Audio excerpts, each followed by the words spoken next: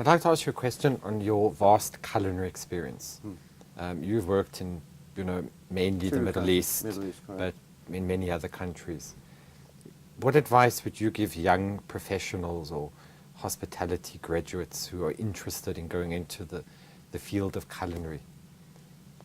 Well, listen and learn. Pick up stuff. And ask questions. For me, there's nothing worse somebody who's too shy to ask questions. I know some people who rather do nothing than do something that might be wrong.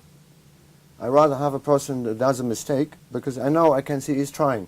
So now the mistake is done, okay. As long as the person learns from it and will not repeat the mistake, okay, it's a positive thing because he learns. Next time I know he will not repeat that mistake again. So listen and ask questions. Really, that's the kind of crucial thing. There's no such thing as a stupid question. The only stupid thing is not to ask questions, really, because it's learning. I'm learning, everybody's continuously learning. It's an ongoing thing. And only when you stop learning, then I think that's a big mistake, because things change. Food trends change, food habits change. Food itself, there's new foods coming out. Suddenly there's some goji beans or some new items coming out which suddenly very popular. So it's nice to be updated, be developed, be on the forefront of things. So listen, learning, asking questions. This is really key. And if you like what you're doing, that will come kind of naturally, because you want to know what you want to do and so. And really, question. Try to change things sometimes.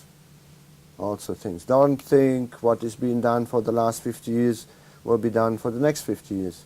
Make it your own. Change it a little bit and try to bring your own flavor, your own texture. It's all about being unique, being different. Yes, because that's what makes chef. There's certain dishes which every restaurant have. But why do people go to this particular one? Because there's something in that dish which makes it unique versus other ones. Black Forest, there's different types of Black Forest. But certain bakeries selling Black Forest a lot because it's kind of unique. It's their kind of flavor, and so it's not changing the recipe completely. Still got to be chocolate sponge, cream, chocolate. But there's certain ways you can bring in your own feeling, your own unique signature into dishes. And that's what people like, So students that have goals of becoming culinary chefs, would you advise them to learn all kitchen operations, from cold kitchen, hot kitchen, pastry? I think so. It's good to know subject, because eventually, if you're going to rise into higher levels of kitchen, you got to have the background knowledge of all aspects. I know a few chefs who don't know nothing about pastry. But of course, pastry can be a very big part of kitchen and culinary, in pies, in pâtés. So there's a lot of pastries involved with sandwiches. You can do a lot of things. So all aspects, maybe not to be an expert in each subject, but to have the background knowledge, the basic subject. And then again, you can combine things and you build your own dishes, signatures, and then maybe even you find out you're very strong in hot kitchen or cold kitchen, for instance. Cold kitchen does very nice buffets, salads, dressings, sauces, sandwiches, cold platters, terrines, and so, or pastry. And again, it's important for me also to work in the field which I like doing, because once you like doing, you automatically trying to improve yourself, you learn more, and you become better. And other people do see that, the love for your job, the love in your dishes and your presentation, and they appreciate that, and the reward will be then tremendous. So what do you think is the right career path for prospective students wanting to get into the field of culinary? Is it necessarily going to a culinary school?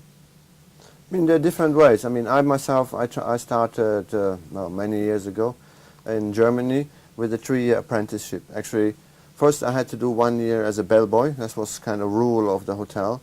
I had to work as a room boy, housekeeping, cleaning, everything, and then 3 years apprenticeship. It depends really.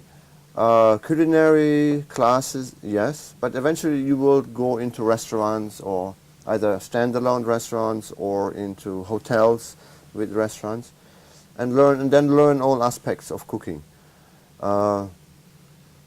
Again, there are many fields now, again, like fashion coming, slow cooking movement is coming big time.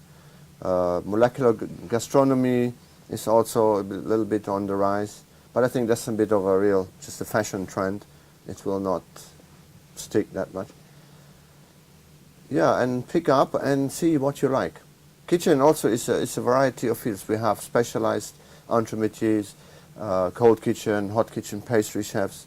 So to look what really suits you, because it's a job which you're planning to do for many years to come. So it should be really something you like doing, because you want to enjoy it not only now, but maybe 10, 20 years from now. Maybe at a different level also.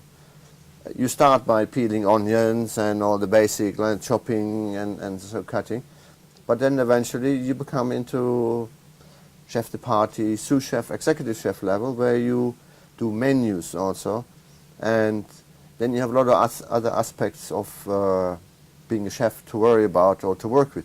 Food costs, menu planning, menu designing, and just to make a menu is not just a few dishes on it. You have to have a certain variety of styles of cooking, different kinds of meats, and so to have a nice balanced menu. Food costs mentioned, staffing levels, how many staff you need in certain areas, the business level, how to, I mean, even the restaurant aspect comes into your play, what kind of menu design you have, the restaurant, what the restaurant should look like to reflect the menu, the theme of the restaurant. So it's a lot, and it's not, I would say, in a long road, but it's a never-ending story, because continuously food, cooking, dishes evolve. And now with internet and people traveling, you get also a lot of influence from other culinary aspects from around the world.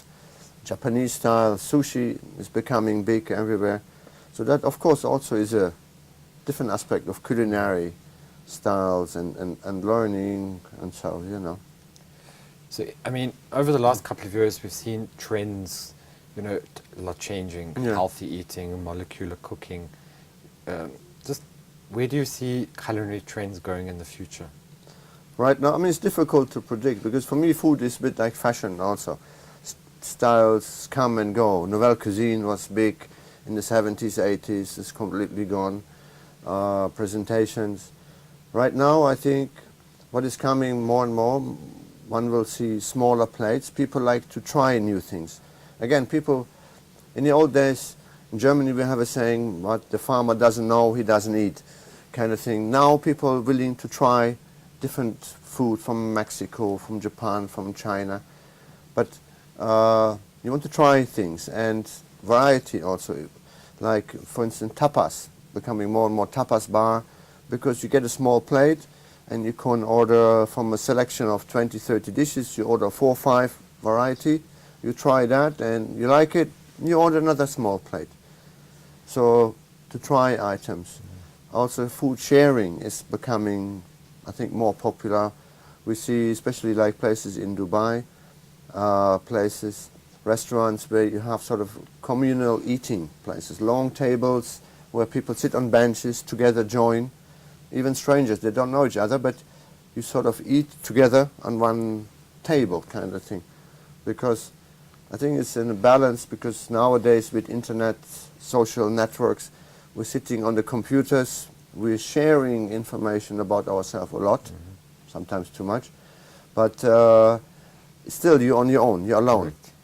And when you're eating and in a group, it's a different experience and a different kind of socializing kind of thing. It's less controlled, because in a computer, if you don't like the way the conversation goes, you switch off and nothing happens. And if you sit on the table, it is more difficult to just get up and leave kind of thing. It's not polite to do. So that again, in turn, helps people to, again, build networks, socialize, and so more. In the restaurant, I've seen that a lot in Dubai. A lot of chains now, Wagamama, Noodle House in Dubai, Cafe More. You have all long tables to share more about each other. Thank you very much, Fendi. Thank you, it's a Fascinating pleasure. chatting with you. No worries, anytime. Yeah, It's my pleasure for being your here. time. Lovely to have you. Thank you. Thank you.